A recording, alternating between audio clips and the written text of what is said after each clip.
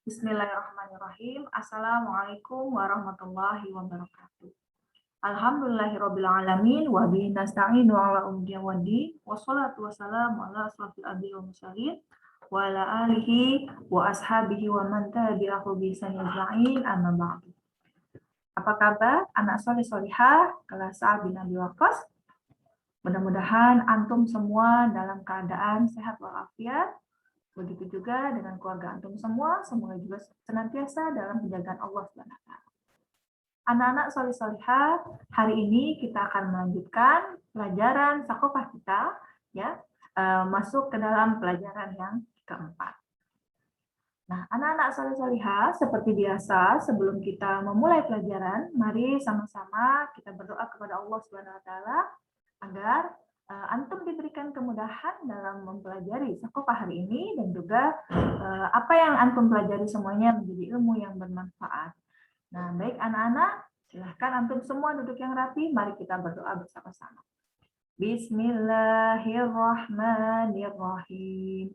Allahumma anfa'na bima 'allamtana wa 'allimna ma yanfa'una wa zidna ilman nafi'a. Rabbi zidna ilma warzuqna fahma birahmatika ya arhamar rahimin. Allahumma faqihna fid din. Amin ya rabbal alamin. Nah, anak-anak, hari ini kita akan melanjutkan pelajaran yang keempat, yaitu iman kepada Allah Subhanahu wa taala sebagai pencipta hewan dan tumbuhan. Ya, sebelum kita membahasnya tentang tema ini, mari sama-sama kita dengarkan firman Allah Subhanahu wa taala dalam Al-Qur'an surat Al-Baqarah ayat 29.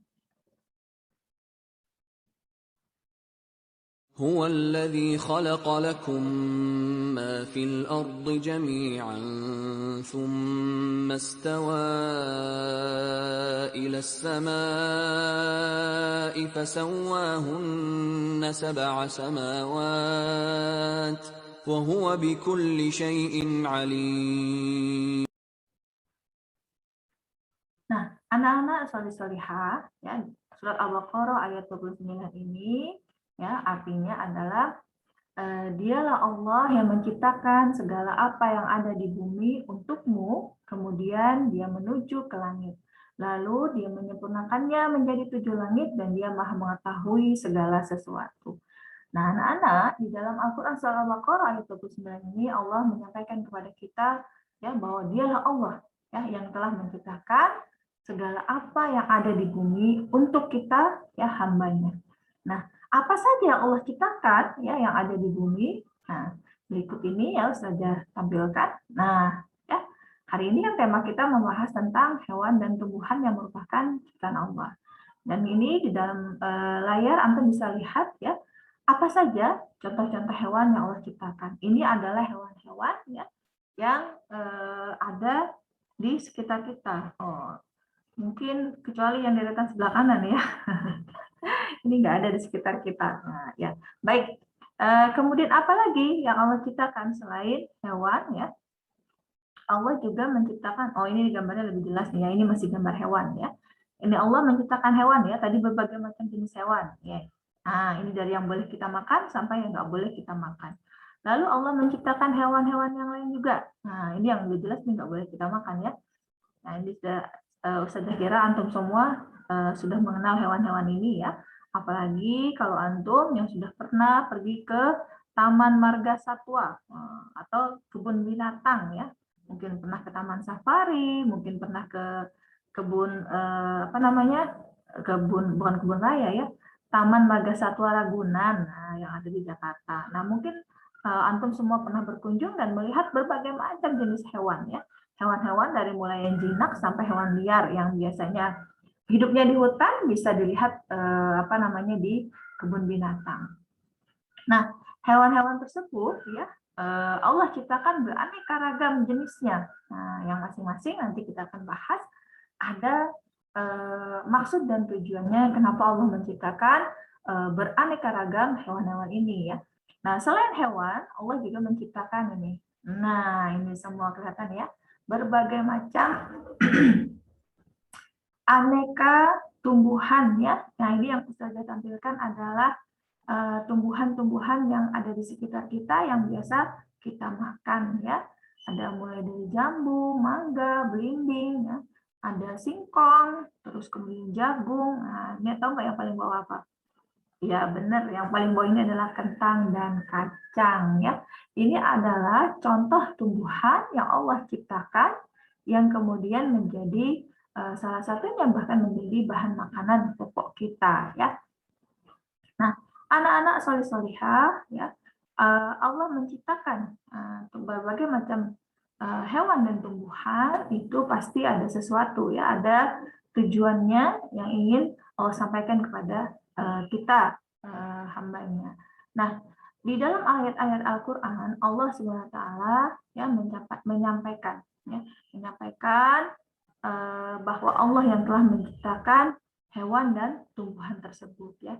Ada misalnya di dalam Al-Qur'an surat Al-Hijr ya, ayat 19 sampai 20. Dan kami telah menghamparkan bumi dan menjadikan padanya gunung-gunung. Dan kami tumbuhkan padanya segala sesuatu menurut ukuran. Dan kami telah menjadikan untukmu di bumi keperluan-keperluan hidup. Dan kami menciptakan pula makhluk-makhluk yang kamu sekali-kali bukan pemberi rezeki kepadanya. Kemudian dalam surat Qaf ya ayat 7. Dan kami hamparkan bumi itu dan kami letakkan padanya gunung-gunung yang kokoh dan kami tumbuhkan padanya segala macam tanaman yang indah dipandang mata.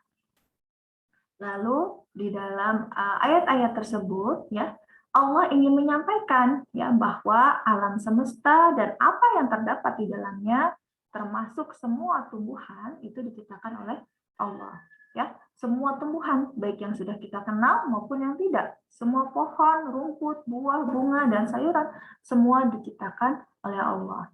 Demikian juga dengan hewan. Ya. Semua jutaan jenis hewan yang hidup atau pernah hidup di bumi diciptakan oleh Allah. Ya.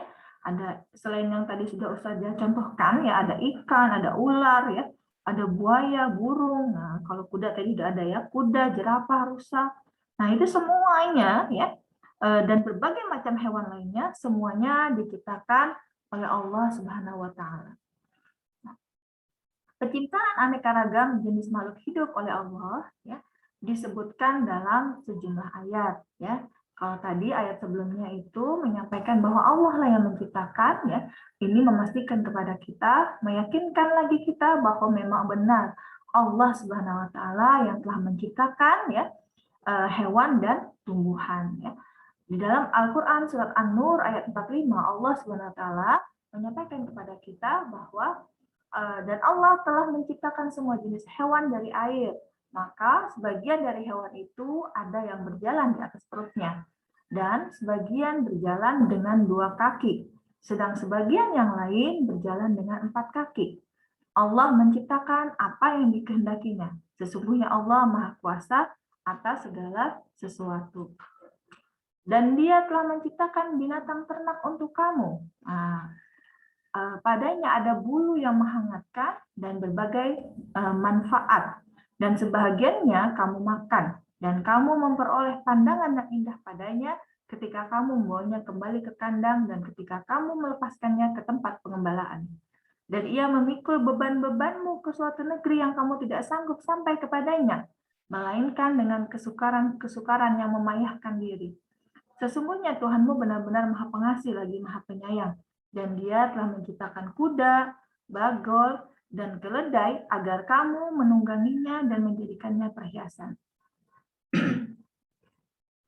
Dan Allah menciptakan apa yang kamu tidak mengetahuinya. Ini ada di dalam surat An-Nahl ayat 5-8. Jadi ada beberapa ayat surat dalam Al-Quran yang bahkan dinamai sesuai dengan nama-nama hewan yang Allah ciptakan ya. Ada An-Nahl, ada An-Naml, ada Al-Ankabut ya. Itu adalah contoh maha besarnya Allah ya menjadikan Al-Quran sebagai petunjuk hidup sehingga kita bisa mengetahui bahwa tidak ada satupun makhluk di dunia ini yang bukan ciptaan Allah ya. Termasuk yang kita bahas hari ini, yaitu hewan dan tumbuhan semuanya adalah ciptaan Allah Subhanahu wa taala. Nah, anak-anak ya, selain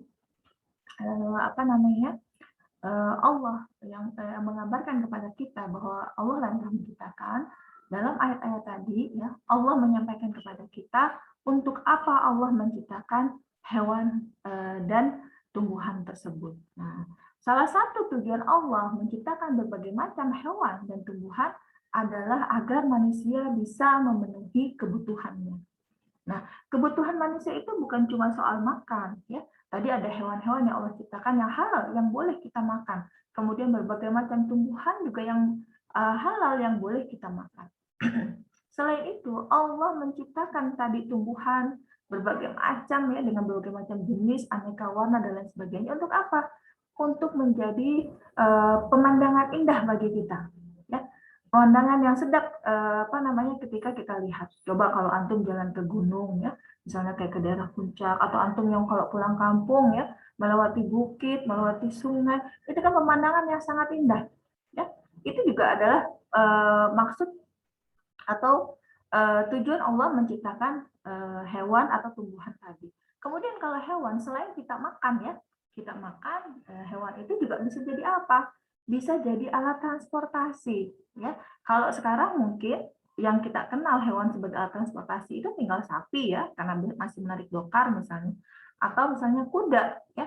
Kuda ya, kalau di Khairul Ummah ada ekskul berkuda. Hanya saja karena sekarang sedang pandemi ya, antum yang kelas 2 belum pernah merasakan ekskul berkuda ya. Kalau kakak kelas 2, kelas 3 dan kelas 4 itu sudah pernah merasakan yang namanya ekskul berkuda ya. Dan mudah-mudahan nanti bisa segera juga merasakan bagaimana ya menaiki ciptaan Allah yang luar biasa yang namanya kuda itu gitu. Nah, anak-anak, jadi selain bisa dimakan, kalau yang dibolehkan kita makan ya hewan-hewan yang lain ya seperti kuda, kemudian sapi itu biasanya dijadikan sebagai alat transportasi, atau mungkin antum juga tahu ya, onta. Nah, onta itu juga adalah ciptaan Allah yang juga salah satunya digunakan sebagai alat transportasi. Jadi kalau orang zaman dulu mau pergi dari satu kota ke kota yang lain, yaitu menggunakan alat transportasinya itu adalah binatang ya. Belum ada mobil, belum ada motor, apalagi pesawat gitu ya. Sehingga ya manusia pada zaman dahulu menggunakan hewan ya, hewan tunggangan disebutnya sebagai alat transportasi. Jadi ada kuda, sapi, keledai, terus ada onta ya. Dan bahkan kalau di negara-negara tertentu kayak misalnya di Thailand gitu ya, itu bisa menggunakan gajah gitu ya sebagai alat transportasinya. Nah, kalau sekarang sudah modern, orang tidak lagi naik kuda ya. Kalau mau dari sini ke Jakarta, sudah naik kendaraan ya. Nah, jadi Allah ya, salah satu tujuan Allah menciptakan berbagai macam hewan dan tumbuhan adalah agar kita bisa memenuhi kebutuhannya, agar manusia bisa memenuhi kebutuhannya. Nah, kebutuhan manusia itu bermacam-macam. Salah satunya tadi kebutuhan untuk bertahan hidup, itu yang pasti dengan apa? Memakan hewan dan tumbuhan tadi. Kemudian menggunakan hewan itu sebagai alat transportasi. Nah, terus kalau tumbuhan bisa buat apa lagi saja selain dimakan? Banyak. Allah menciptakan tumbuhan untuk apa? Untuk bisa membantu kita juga, memudahkan kita. Misalnya kalau kita bangun rumah, pasti butuh kayu, butuh bambu. Nah, itu Allah sediakan untuk manusia. Nah, anak-anak ya, atas penciptaan berbagai macam hewan dan tumbuhan, ya, Ustazah nggak tanya lagi ya, kalian yakin apa enggak? Insya Allah kelas saat ya, sudah yakin semua bahwa Allah lah yang menciptakan hewan dan tumbuhan. Nah, sudah tahu kenapa Allah menciptakan hewan dan tumbuhan, yaitu sebagai sarana bagi kita ya untuk memenuhi kebutuhan kita sebagai manusia.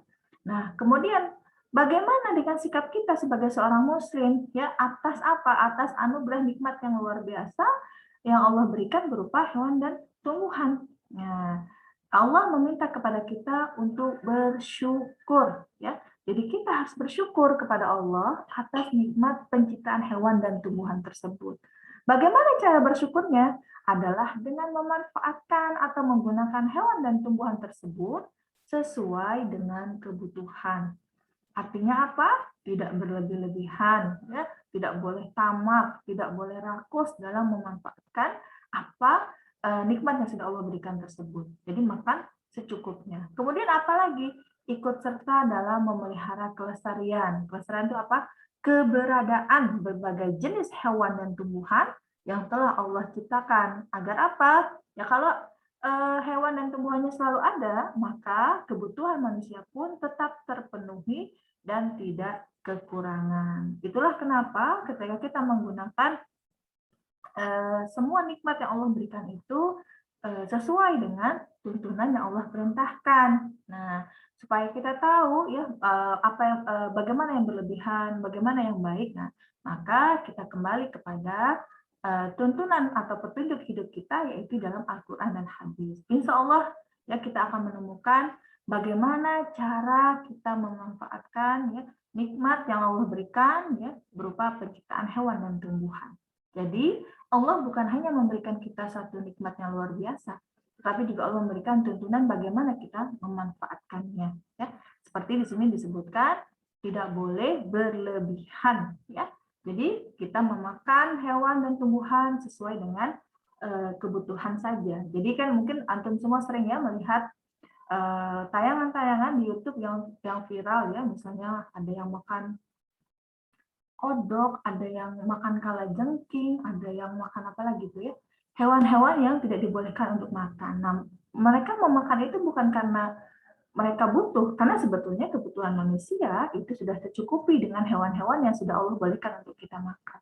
Nah, mereka melakukan semua itu karena merasa apa? Merasa tertantang. Nah, merasa untuk apa? Untuk mengikuti hawa nafsunya, yaitu ingin terlihat hebat dan kuat ya. Karena walaupun ya di dalam hewan-hewan itu mungkin saja Allah sudah menciptakan ya berbagai macam manfaat, tetapi ketika Allah ya melarang kita untuk memakannya, maka insya Allah itulah yang terbaik untuk kita. Nah, seorang muslim ya ketika memanfaatkan hewan dan tumbuhan harus kembali kepada Al-Quran dan hadis, boleh tidaknya untuk dimakan. Seperti apakah dia halal, ya, apakah dia thayyib untuk kita, sehingga kalau halal dan thayyib, maka itulah yang diperbolehkan oleh Allah untuk kita makan atau untuk kita nikmati.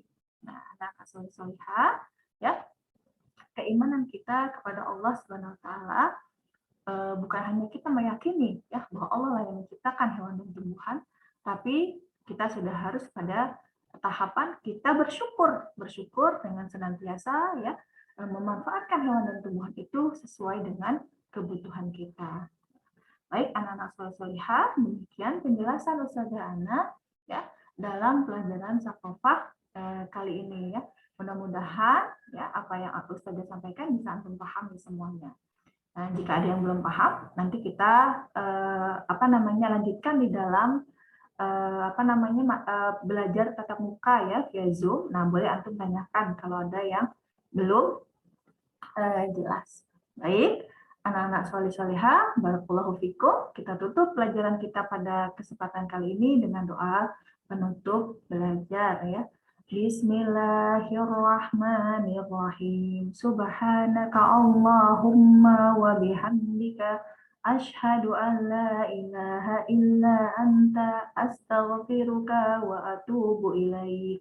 Assalamualaikum warahmatullahi wabarakatuh.